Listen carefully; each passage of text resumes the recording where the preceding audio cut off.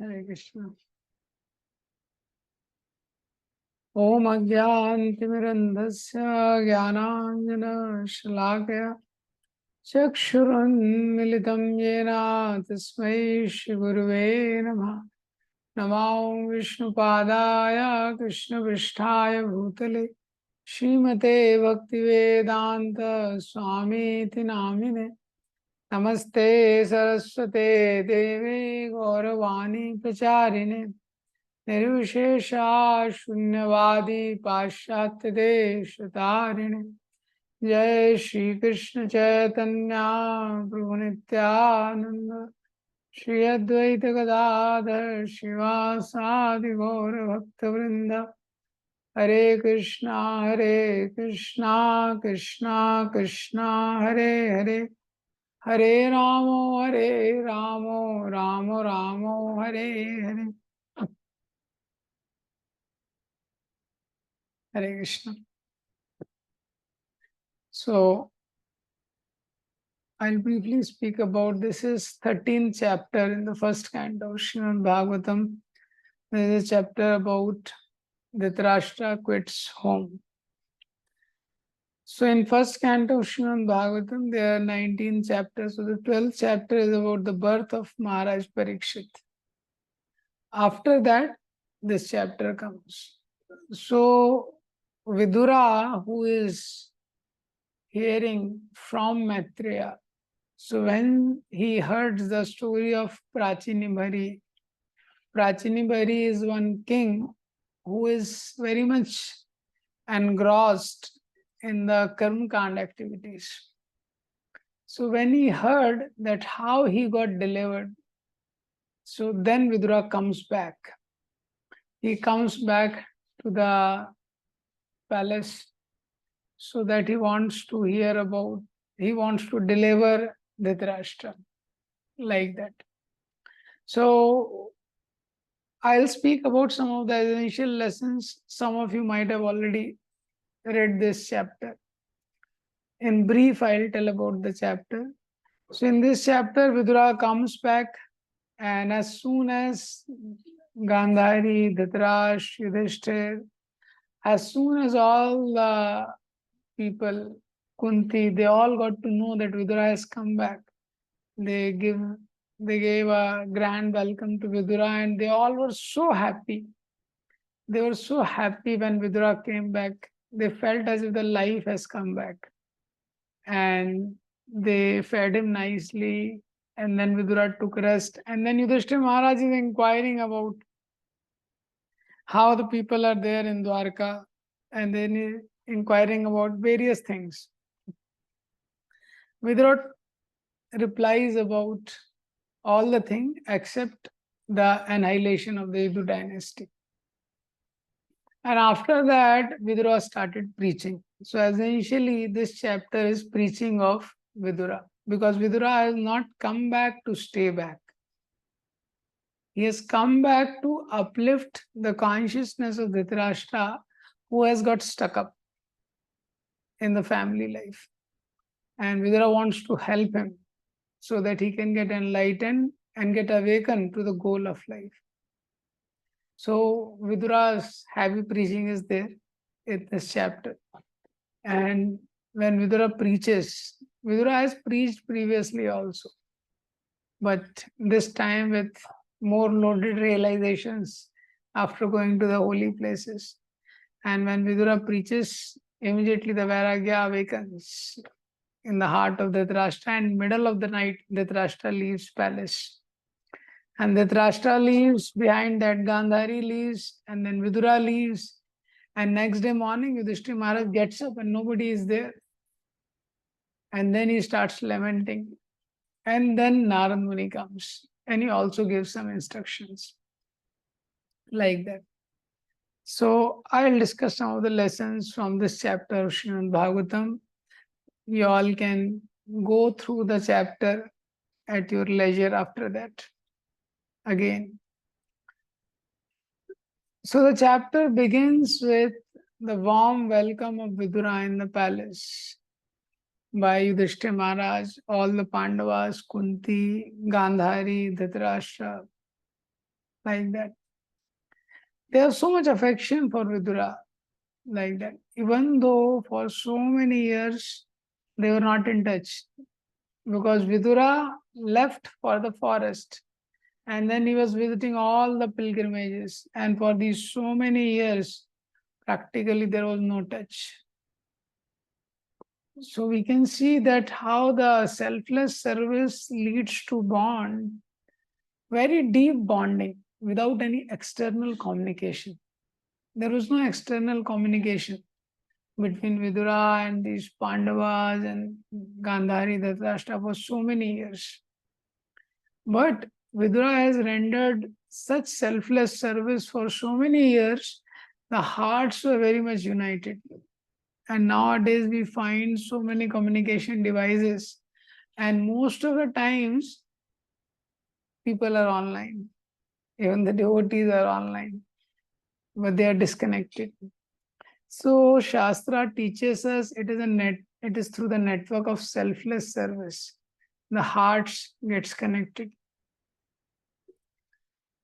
So because the Vedic culture teaches that when a person just wants to serve, when such a person, even if externally he is away, but because he has spent the whole life, whenever he has been there, he has spent the life of offering service.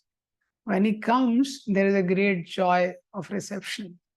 Even 40, 50 years back, we find that there was no communication devices. So when people would come back, there was a great joy. Another aspect is also when there is a separation, then there is a joy of reunion. That is another aspect. Nowadays, people are so much externally connected. So, one thing is the spirit of selfless service has gone down. Another thing is so much they are connected externally. So, because there's no separation, so there's no joy of when they come back like that. So, mutual desire to serve each other, it deepens the relationship. And that was the foundation in Vedic culture. And the desire to exploit each other, it weakens the relationship. So, any relationship, when it has to grow, both the parties have to reflect, think, and act in the direction of offering service. So, this is a difference. You see the relationship between the demigod worshippers and demigods. Like Ravana is worshipping Lord Brahma. All other demons, Hiranyakashipu is worshipping Lord Brahma.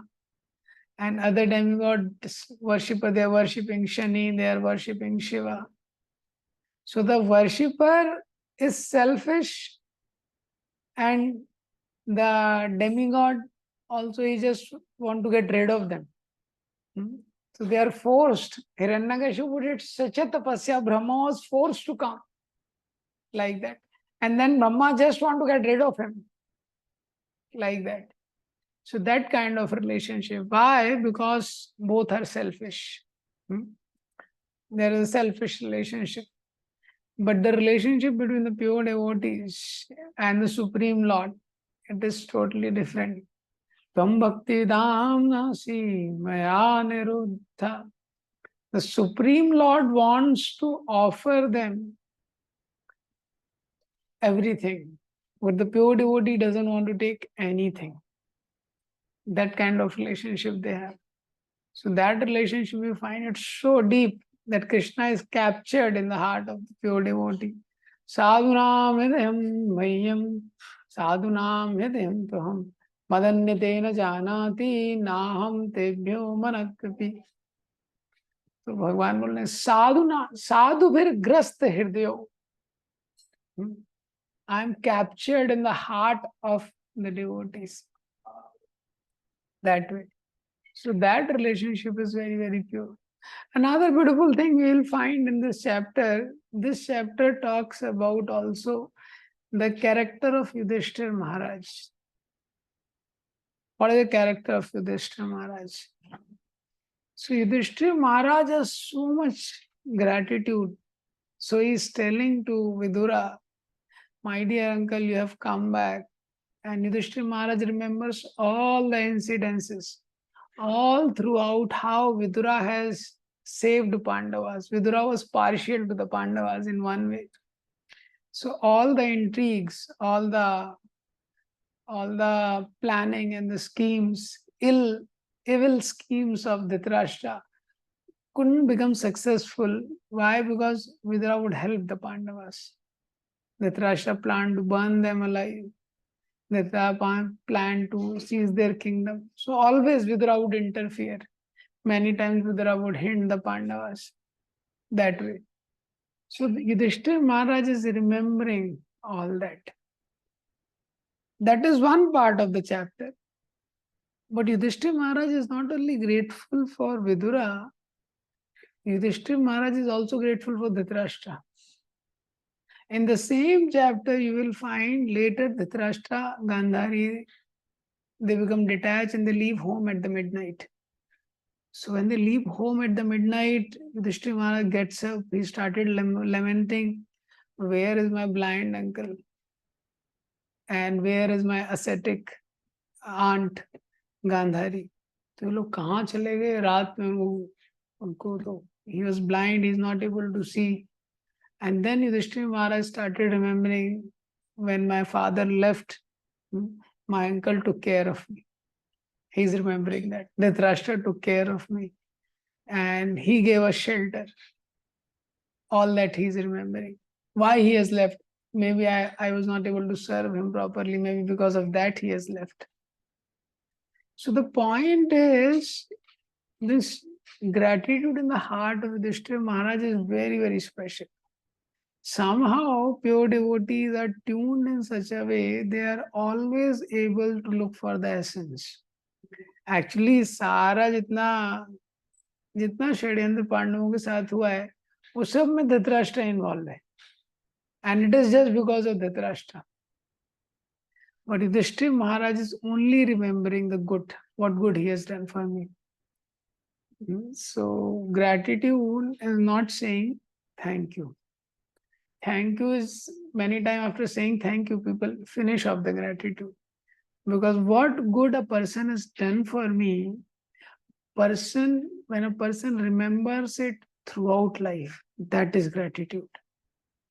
Gratitude means whatever kindness has been done by someone, what good has been done by someone, we remember it throughout life, that is gratitude. So sorry and thank you. These two words have killed the spirit of gratitude and the spirit of repentance. So gratitude means he is always in the spirit of thank you. Otherwise, anybody does anything and then person says thank you like that. But thank you is not enough. Somebody helped him a lot, he says thank you. So it's okay, but the person thinks, I said thank you, it's already done, my part is already done. But gratitude means always living in the spirit of thank you and never forgetting that good deed even till the death.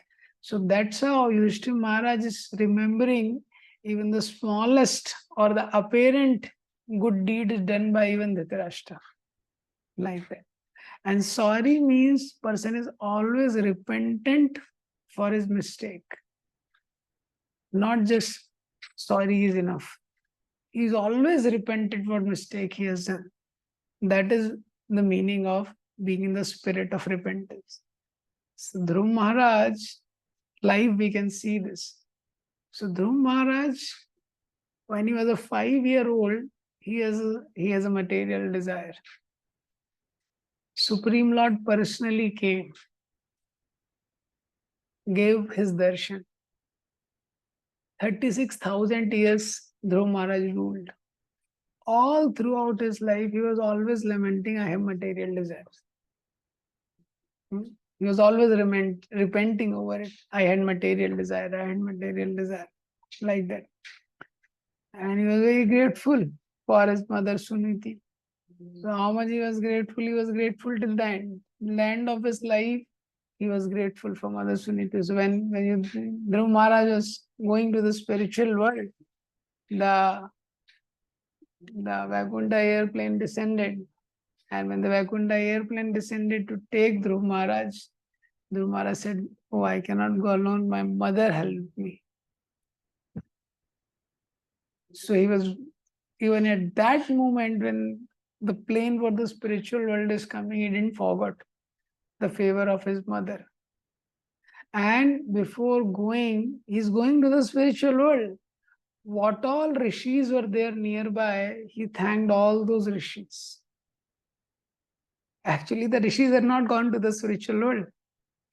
And for he is going to the spiritual world. He is one way superior. But this is the spirit of gratitude.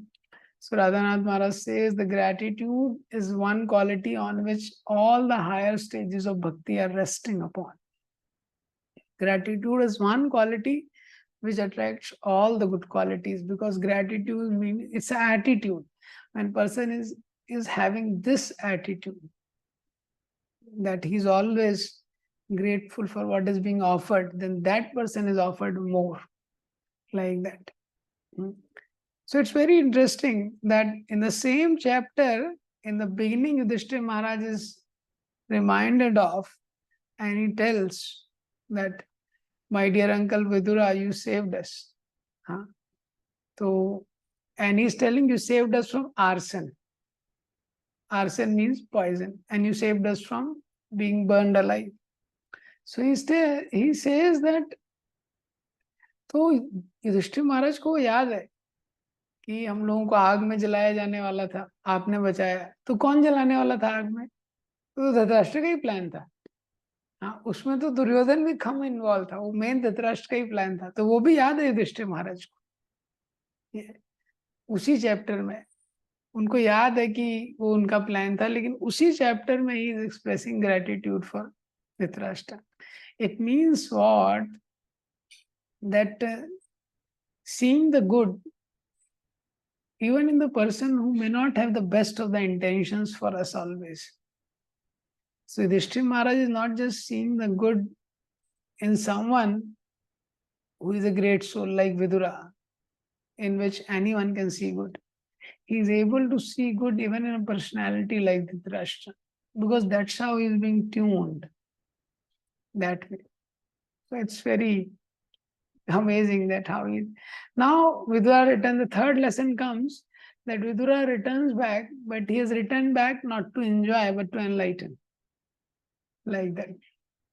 That's how. So when Vidura returns, grand welcome by Yudhishthira Maharaj, and he has come from the forest, and then all the arrangement. But the point is that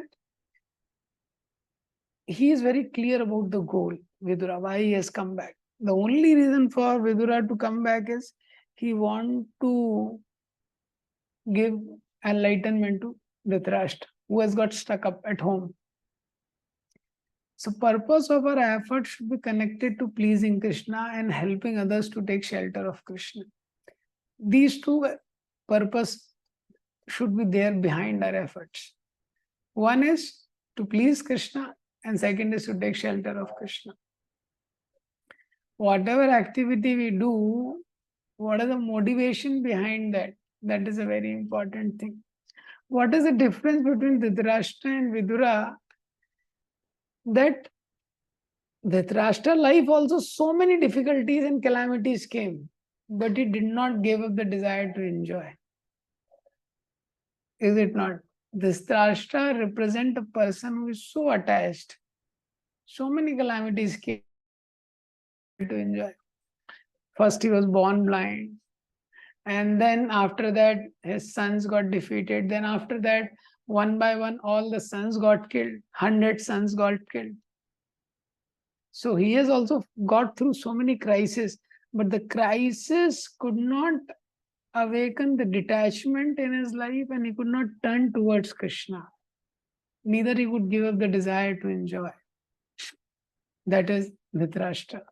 And Vidura is a person who represents that once he was abused by Duryodhana. Immediately he took the opportunity and took shelter of Lord. So Lord gives many opportunities in the life of living entity, but only if we are willing, we receive it. Only if we are willing, we will receive it. Like that. Receiving an opportunity means acting on it. Though sometimes it's not easy. It's not easy, but those who receive that opportunity, they get enlightened. Like in Journey Home, it comes. Radhanath Maharaj was there on the island of Crete. And in the island of Crete, he heard a voice that go to India. And Maharaj has no idea where India is. And only thing he has heard about India is India is full of snakes. And most of the people die out of snake bites. So there Maharaj writes, to the heavens I whispered, yes, I am willing. So he was willing. Many people met Srila Prabhupada, but some, those who were willing, they received Prabhupada mercy. Like that. And they surrendered their life to Srila Prabhupada and they became glorious. Like that. So this is what it is, that when the Lord is giving opportunity, how we receive it. In the Srimad Bhagavatam first canto, 1.19.14 shlok. In that shlok, Parikshit Maharaj himself says, actually, the mercy of Lord has come to me in the form of the curse of a Brahmana. This Brahman boy cursed me. Actually, it's a mercy. Because I am stuck up in family life. And I was not able to take shelter of the Lord. But now I have got this curse of a Brahmana. So this is a mercy for me because now I have an opportunity to get detached. Like that. So it's important for us to remind people about the goal of life. Why? Because if we are not reminded about the goal of life, then the life will just pass. There's a poem in English. It says that when I was a kid, I was dying to go to school. When I was a small child, I was dying to go to school and learn about things. When I was studying in the school, I was dying to grow and get into college and live a free life. When I was in the college, I was dying to get a job and to stand on my feet. When I got a job, I was dying to get married and enjoy life. When I got married, I was dying to get kids, expand my family. And when I got my kids, then I was dying to get them educated. And when I got my kids educated, I was dying to get them married. And then he says, now I am dying. And I forgot to live in the process. So we find material life is like that. It's full of endless complexities, material life. Full of endless complexity. And in the process of doing our regular duties, person forgets what is the goal. What is the goal of life? And this is exactly the story of Kailash, which we tell to the students in the first year. First year Sankalpa, all of you must have heard the story of Kailash. So this Kailash is a businessman, and he's a pious businessman. And Narad Muni comes to Kailash, and now he has got his children. The children are married. So Narad Muni comes, so Kailash. So he says, Narad Muni, please come. Narad Muni says to Kailash, now your children are married, now you should focus on Krishna consciousness. Now you come with me, I'll take you to the spiritual world. And Kailash says, oh Narad Muni, They have taken up they're taking care of business, but they're not so experienced. I have experience of so many years. Their experience is not so mature. They cannot handle things properly. I have to oversee. So now he feels sad. It's okay. Then he goes away. Then years went by. And after years went by, Nagmuni again comes back. And then Nagmuni asks the children, "Oh, where is your father?"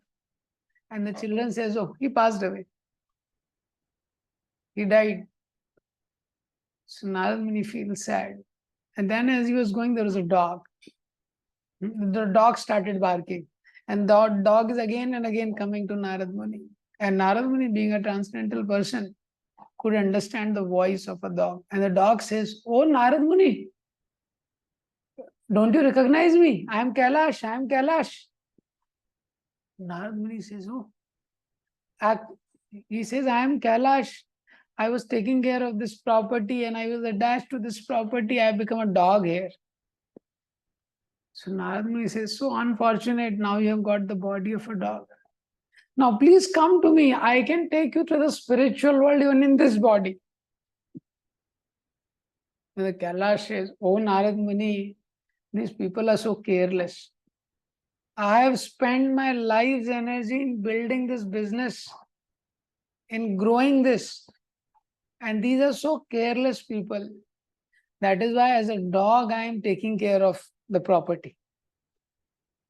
Like that. So Narad Muni felt sad. He again went. Years went by. And then Narad Muni again comes back. And when Narad Muni again comes back, and then he asks the children, "Where is the dog?" And they say, "The dog has died." So Narad Muni felt sad. He's going by, and in the field, the snake comes slithering. So there is a snake comes slithering. I said, Narad Muni, don't you recognize me? I am Kailash." So Narad Muni sees, "Oh." He says, "What you are doing in the body of a snake?" He says, "I am taking care of the fields. My children are not very responsible. They are not very responsible. So I am taking care of the fields here."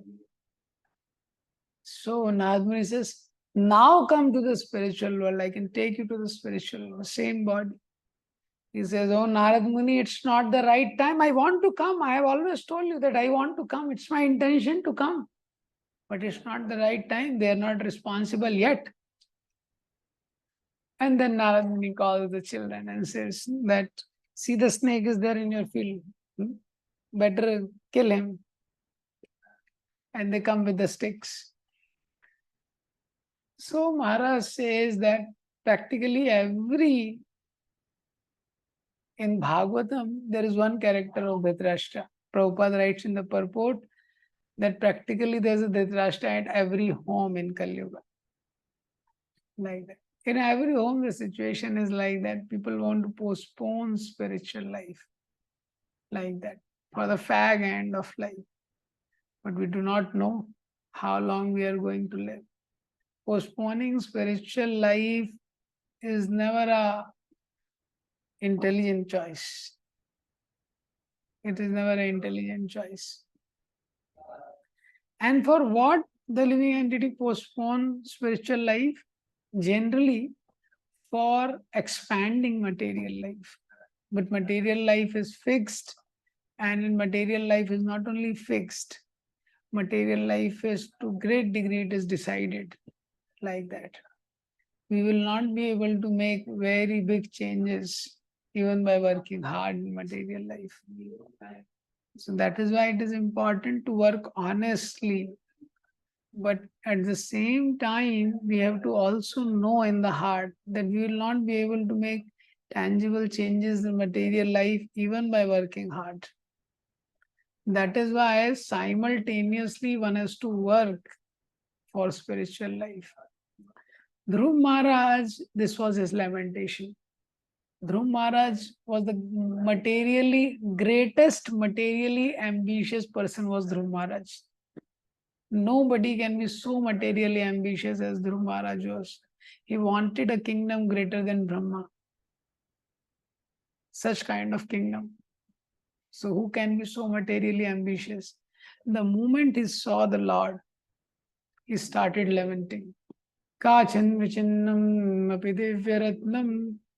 He says, I was looking for the broken pieces of glass. The diamond is in front of me.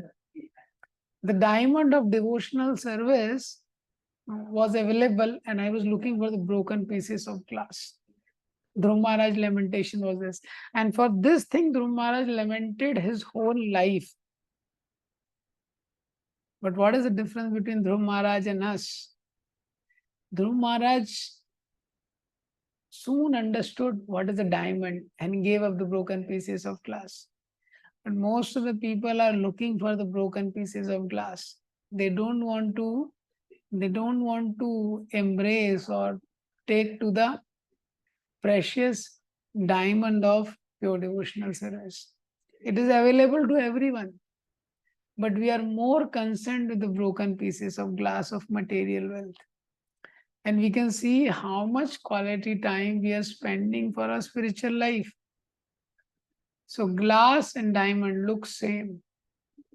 It just looks same. But it's like the difference is like between the more than the sky and the earth.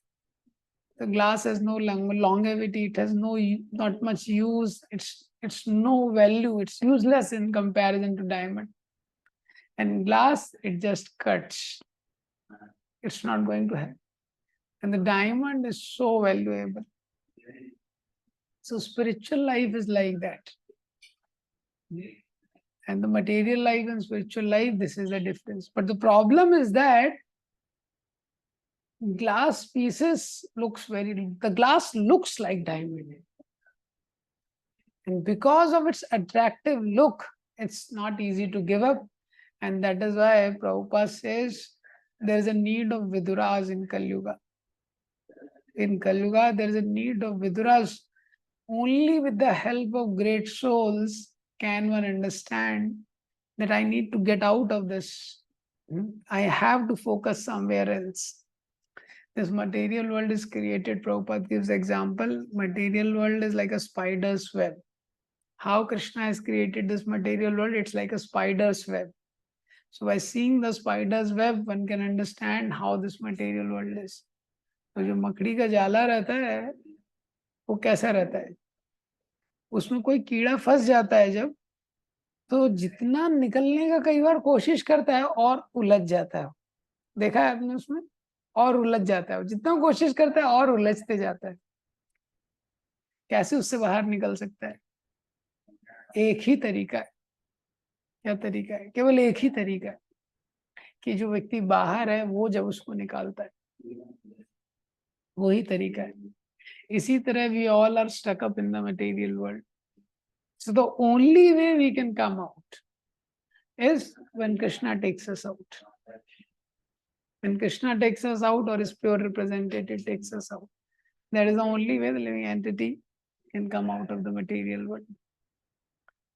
So in this chapter, Vidura explains about to Dhritarashtra the power of time. The time is insurmountable, it's unsurpassable. Pratikriyarayasya kutashit karechit prabhu. So Vidura says, time is such a powerful factor. When it comes in the form of death, there is no pratikriya possible. There is no counteraction possible. There is no remedy for it by anyone or by any means. In this world, we face problems, but whatever problems we are facing, some problems can be solved with the context. Like somebody made some mistake, some legal issue. But if he has a contact with judge, then he can be free. Some problem with the society. Now you are in connection with the commissioner, then you can be free. He can handle the problem for you. But when death comes, no contact helps. Vidura is telling Dhritarashtra. Second thing, there is some problem which can be counteracted by changing the method. Some disease you have, it can be treated by allopathy. If allopathy doesn't work, then you may go to homeopathy. If the homeopathy doesn't work, you can go to Ayurveda. Something can work. But when the death comes, nothing works. Like that. So Dhritarashtra, Vidura is telling, Pratikriyana yasyeha kutaschit karichit prabhu. And when the death comes, yena chaiva vipannoyam prane priyatmayarapi jana sadyo vimucheta kim mutanye dhanadivi. So Vidura tells, yena chaiva vipannoyam. When the death comes, it takes away everything. Praner, it takes away from us the most dear life. जब मृत्यु आती है तो व्यक्ति को जो सबसे प्रिय है, वो उसका जो शरीर है, जो उसका प्राण है, वही ले लेती है. It takes away the most dear life. Jana sadyo. Then when it takes life only, then what to speak of friends, relatives, wealth, ये सब तो छोड़ना ही है. अरे जब लाइफ ही छोड़ना है तो उसके बाद बाकी तो अपने आप छूटेगा. सद्य हो, immediately one has to leave everything. Like that. That are the two things one should always remember: death and the holy name. One should always remember the death. When one remembers about, one is reminded about the death, the urgency for Krishna consciousness comes. Like that. And when one takes shelter of holy name, then the focus remains. Like that. So the focus leads to refinement. This chapter gives us a lesson that when we are practicing our spiritual life, we have to think about the focus leads to refinement. So the character of Dhruv Maharaj teaches us that. Same activity with increased focus. So 6 months of austerity by Dhruv Maharaj. He was doing the same activity but with increased focus. He was becoming more and more focused, like that. So that is how the spiritual life needs to be practiced. Generally, material life we practice like that. Same activity, but we keep on increasing the focus. The spiritual activity needs to be practiced like that. Same activity with more focus. Our chanting, our reading, our hearing. Like Bhaktivedanta Vasudeva Maharaj says, he says chanting is like honeymoon with Krishna. When you're chanting, it's like honeymoon with Krishna. You're one-to-one with Krishna personally. So Bhaktivedanta Maharaj mentions, do the right things in a right way. What habits we develop when we are young, it can be our savior when we grow old. As we spend time, it becomes more and more difficult to cultivate good habits. So our right habits can be our savior as we are moving towards the old age. Because in old age, it's very difficult as we grow old to change things. So whatever we do mechanically, it will leave us when we need it the most. जो भी हम mechanically करते हैं, जब हमको वास्तव में जरूरत होगी जीवन में तो काम नहीं आएगा. ऐसा होता है. So if we try to do things with heart, in times of difficulty, more likely we'll be able to take shelter of it. So all our spiritual life, when we do it with increased focus, more and more focus, like that, then what happens when we need it the most, we will be able to take shelter. But if we just carry on with our spiritual activity mechanically, then when we need it, we will not be able to take shelter of it. So that is why Bhaktivedanta Maharaj mentions introspection. It helps us to prioritize things. Otherwise, we'll just continue with material goals and our spiritual goals will suffer. The time will keep on moving. We will find when we don't introspect, when we don't take break, years pass by, is it not? Narad Muni came back, but when he came back, years went by when he came back. And he saw Kailash is still attached. One body, then the body of a dog, then the body of a snake, he's still attached. That is the plight of a living entity. जैसे कोई पक्षी है, उसको एक पिंजरे में डाला तो वो दुखी हो रहा है, फिर एक पिंजरे से निकाल के दूसरे पिंजरे में डाला. हाँ. So I think day before yesterday we were hearing Japa talk, Rai Shampu was mentioning. तो दूसरे पिंजरे में डाला, वो फिर दुखी है, फिर आपने दूसरे पिंजरे से निकाल के तीसरे में डाल दिया. ऐसे जीवात्मा के साथ हो रहा है जब तक वो भगवान का आश्रय नहीं लेता. एक शरीर में आत्मा है, वो दुखी हो रहा है आत्मा इसमें. अब वो इसमें भी गलत काम करता है, भगवान का आश्रय नहीं लेता, एक शरीर से निकाल के दूसरे में डालते हैं, तीसरे में डालते हैं, चौथे में डालते हैं. So it's a great pain for a living entity like that. So years went by, but Kailash could not change. Similarly, in our life, years go by when we don't introspect, but the quality will not improve. Quality will improve when we reflect. Because introspection helps us to prioritize things and it shows us that there is a need to change. Like in material life, we always take audit, we always analyze what has to be improved, like that.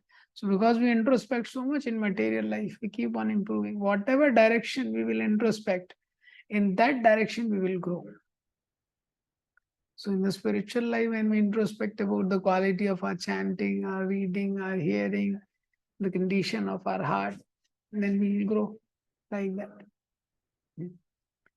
Now, another very important lesson in this chapter which comes is when Dhritarashtra leaves, Yudhishthira Maharaj started lamenting, where my blind uncle has gone, where my ascetic aunt has gone, like that, where the uncle Vidura has gone, who will maintain them, who will take care of them. And then Narad Muni comes. And Narad Muni says, don't imagine that you are maintaining the universe. Narad Muni tells Yudhishthira Maharaj, Krishna is maintaining everyone. Don't think you are the controller and maintainer. Ahastani savastani apadani cha dushpadam falguni tatra mahatam jivo jivasya jivanam. So Narad Muni says this world is made like that. One living entity is dependent on another and it will create calamity also for another. So a tiger eats someone. Tiger is carnivorous, eats some other animal. Those animals are eating some grass and other which are also living. So this is how the world is. So Narad Muni says you cannot give shelter to anyone. You are also about to die. Narad Muni tells to Yudhishthira Maharaj.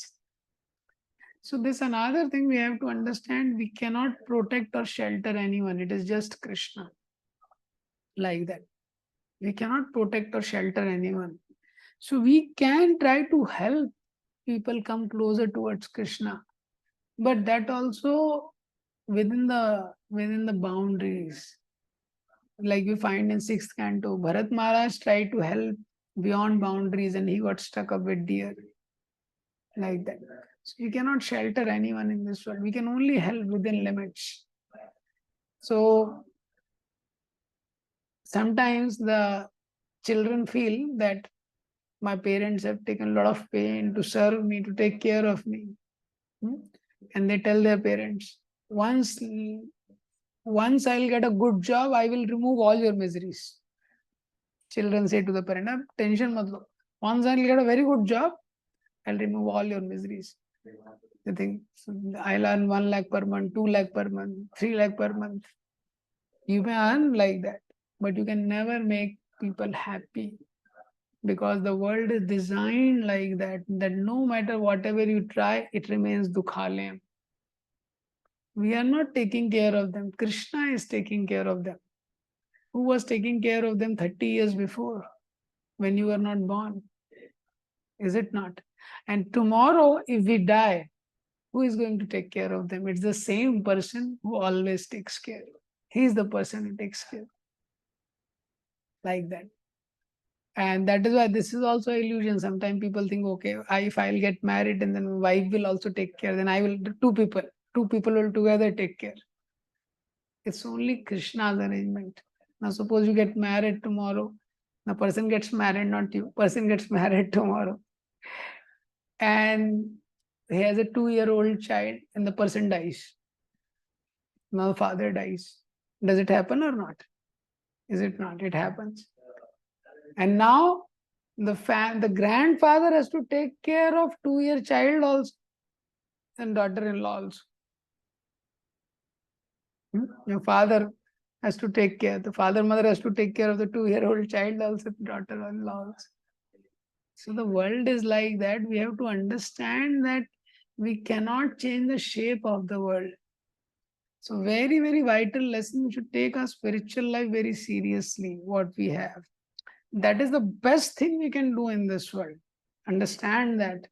If we are serious in our spiritual life, that is the best thing we can offer to others. If we are not serious in spiritual life, if we don't try to improve the quality of spiritual life, other parameters are too much out of our control. That's why it is said, what is the greatest exploitation in this world?